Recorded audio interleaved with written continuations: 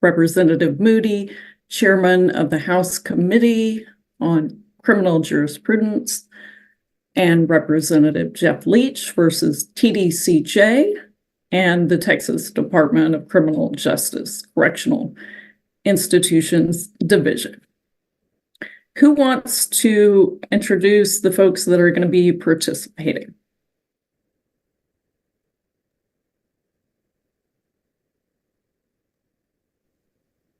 Your Honor, I'll do so for the plaintiffs. I'm State Representative Jeff Leach, Chairman of the House Judiciary Committee, and I believe that Chairman Joe Moody is on this Zoom as well.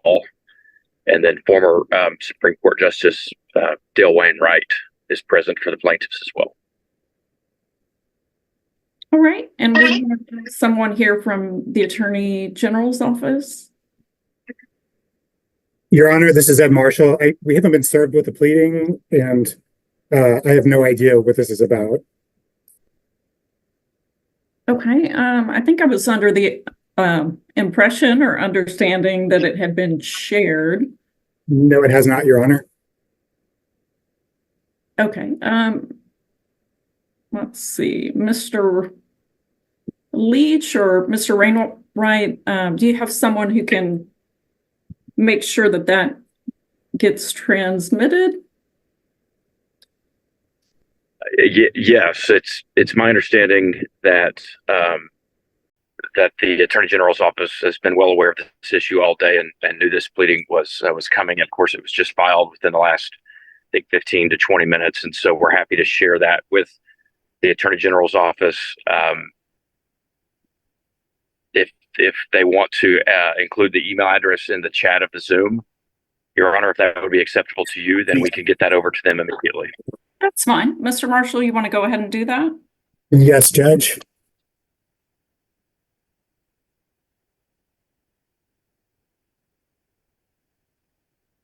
Sorry, I didn't hear the question. Oh, Mr. Marshall is going to put his email in the chat for you to copy and paste and send him the application. Your Honor, looks like the chat is disabled. Why don't you just call out your email, Mr. Marshall? Okay, it's pretty simple. It is edward.marshall@oag.texas.gov. Thank you. All right. So I have had an opportunity to review the petition and the application. Who wants to speak to or lay out the request? Mr. Leach or Mr. Moody? So, Your Honor, we of course want to allow the Attorney General's office time to review the pleading. If you'd like us to go ahead, we can lay a factual and foundational predicate for the pleading. I think the Attorney General's office has been aware of what's in it. We'll go through it as succinctly as we can. I'm going to defer to Chairman Moody on the generals, and then I'll follow up with some specific remedies that we're requesting of the court. All right. Go ahead, Mr. Moody. Good afternoon, Judge. And thank you for having us. Joe Moody, plaintiff in the matter, also serve as state representative, Texas House of Representatives, and am currently appointed to serve as the chair of the Criminal Jurisprudence Committee. The Criminal Jurisprudence Committee has jurisdiction over criminal procedure, penal code, punishments, things related to prosecution in the criminal courts that intersect with that subject matter. The oversight that we are given is pursuant to our constitutional authority to draft House rules under Article 3, Section 11 of the Texas Constitution. That's who the committee is. That is what we do. We engage in fact-finding, investigation, understanding how these things work together. The committee is comprised of 9 members, 5 Republicans, 4 Democrats. And yesterday, we held a hearing at the Texas Capitol to specifically discuss Article 11.073 of the Code of Criminal Procedure, which is within our jurisdiction. This is what's colloquially known as the junk science writ or new science writ. This is a provision that's been in the code for 10 years, and it is implicated. It's implicated in Roberson's case, which is a case. Obviously, it's become very well known in the last several weeks. Mr. Roberson is an autistic man who is facing execution in less than 2 hours from now.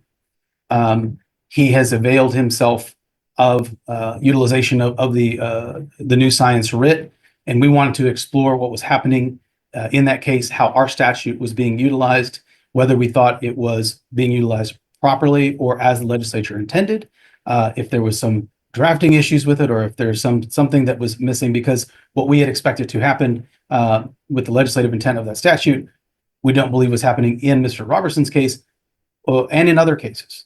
And so that was the purpose of the committee hearing yesterday, to glean that evidence. We heard evidence from the prosecutor in Mr. Roberson's case, the defense attorney in Mr. Roberson's case, from 4 expert witnesses, 2 of which had evaluated much of the entirety of the medical record in the case. We also heard from legal experts about the article itself and the efficacy of having new science writs and the purpose they serve in our criminal justice system to make sure that we don't make mistakes when new evidence comes forward later after a conviction, or maybe there was new evidence that comes out later where it could contradict what was utilized at the trial stage. That is what we are delving into.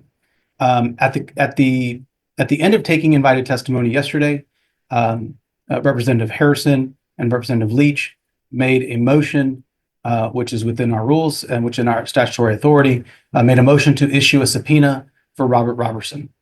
That motion was then voted upon by the committee. There were 7 members present at the time of the vote, and that vote was unanimous to issue a subpoena.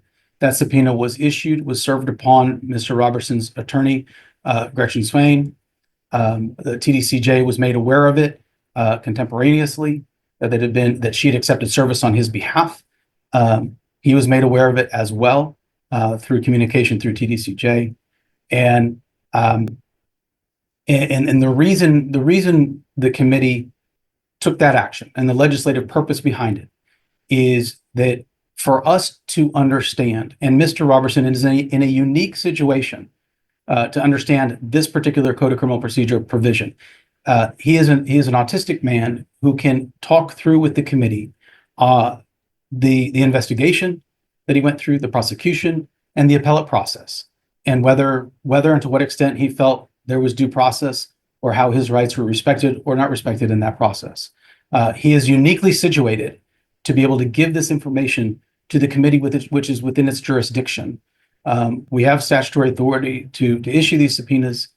We issued in this case. Obviously, this is a unique circumstance in that we can only post notice for a hearing 5 days out in advance. We have done that. There is the hearing that has been posted for Monday the 21st at noon, and we have the subpoena is issued for Mr. Roberson to appear there. We've also issued a writ of attachment tied to that subpoena, exercising our authority to investigate fully this topic. We also know that to be able to understand, there are a lot of fact issues at play in this particular case. And to understand that, to be able to get to the root of it, we do have to be able to judge his credibility.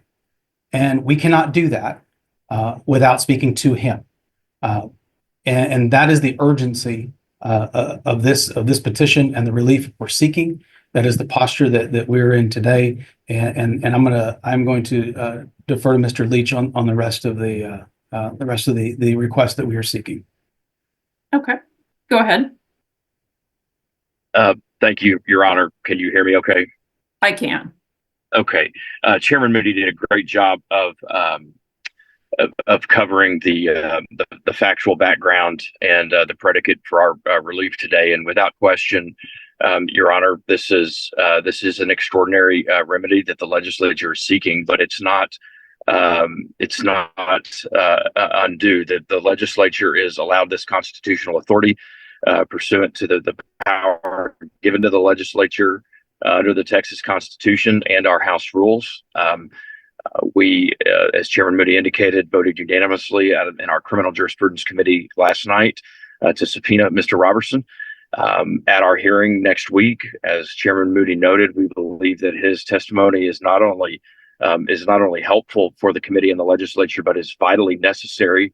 It's our understanding, based on the research that we've done now for many weeks, that his case would be the first case, not only in the state of Texas, but nationally, for any individual to be executed pursuant to the shaken baby syndrome, which the testimony strongly indicated yesterday is now largely debunked and disproven. The legislature has certain interest, and I would say the state of Texas has a strong interest in ensuring that our laws are followed, especially our criminal laws, and our criminal laws relating to someone that's likely to be, or that's scheduled for execution right now in 93 minutes is certainly that the state has a strong interest in ensuring that does not happen, so that we can hear his testimony and judge his credibility. And the legislature intends to hold a hearing to do just that next week. And so, as Mr. Moody indicated, and as the committee unanimously voted, and I would add as one final note that over 80 legislators, the state representatives, have signed on to a letter calling for the pause button in Mr. Robertson's execution, which is scheduled 93 minutes from now. The legislature believes that his testimony is not only helpful, but is vitally necessary. And therefore, we're asking for this remedy from this court to push the pause button on his execution so that testimony can be offered in front of the Texas House, and so that we can get the testimony that we need from Mr. Robertson. Okay, thank you. And if there's nothing else, we'll go ahead and turn it over to Mr. Marshall at this time. Judge Mangrum, I'd just like to begin by noting that this is not a shaken baby case. The inmate in this case was not indicted for shaking a baby. He was indicted for blunt force trauma murder of a 2-year-old. The evidence supports the fact there were multiple blunt force impacts to the child's head. And there was a history of abuse from this particular inmate against this child. Shaken baby syndrome just doesn't play a role in this case. So whether or not it's been discredited in the community of pediatric specialists, it's just not the central feature of this case. But more importantly, the Court of Criminal Appeals is exclusive jurisdiction here. They have denied relief in a stay of execution 4 times, at least in the last 6 weeks. Mr. Robertson had a lengthy evidentiary hearing in 2021 at which he was afforded an opportunity to present all of this evidence. It was found to be lacking by the trial court and the Court of Criminal Appeals, and that court's mandate controls here. This court now has a ministerial duty to refrain from acting without jurisdiction, and that is a ministerial duty that is mandamusable in the Court of Criminal Appeals, Your Honor. Okay, I'm not used to my appeals going to the Court of Criminal Appeals, but I will. Let me ask you this, Mr. Marshall. Is the subpoena sent by the legislature a valid legal subpoena? Yes, Your Honor, as far as I could tell. Okay. All right, Mr. Leach, I think I might have interrupted. Was there something you wanted to add? No, Your Honor, you're not interrupting me at all. I hope I didn't do likewise. I did just want to respond quickly to what seems to be the main position of the Attorney General's office, and therefore TDCJ, their client here, in responding to our motion, in that this is not a shaken baby case. That seems to be the premise and the foundational argument that they're relying on. When the testimony yesterday that was offered to this committee, the appellate record, the evidentiary record, is full and replete of information to the contrary, that this was, in fact, primarily and foundationally and most importantly, a shaken baby case. The lead detective who led this case, who now regrets having anything to do with this case, and other testimony, would lead the court to believe, and the fact finder to believe, that this was in and of itself a shaken baby case and nothing more. Judge, if I just briefly, Yes, go ahead. I just want to add a couple of things. And Mr. Marshall is correct. There's been an enormous amount of evidence that's been presented. Yesterday, we took over 8 hours of testimony about this particular case. There are a lot of issues to unpack in this case, but they're not the central issue in this court today. The central issue in this court today is the legislature has authority to issue a subpoena to be able to do its job. Our job in this committee has to do with understanding the law that's within its jurisdiction, which includes Article 11.073.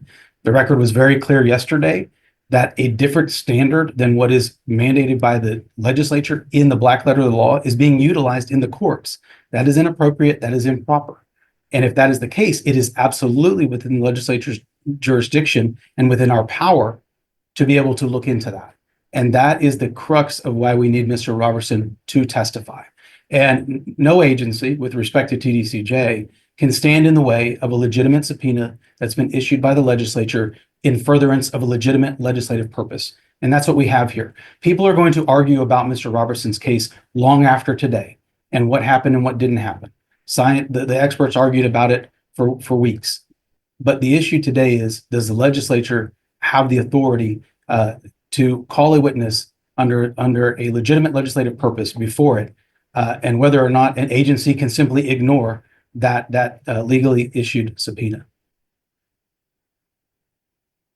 Okay, understood. All right, and I'm looking back at the application, counsel, and the relief that has been requested.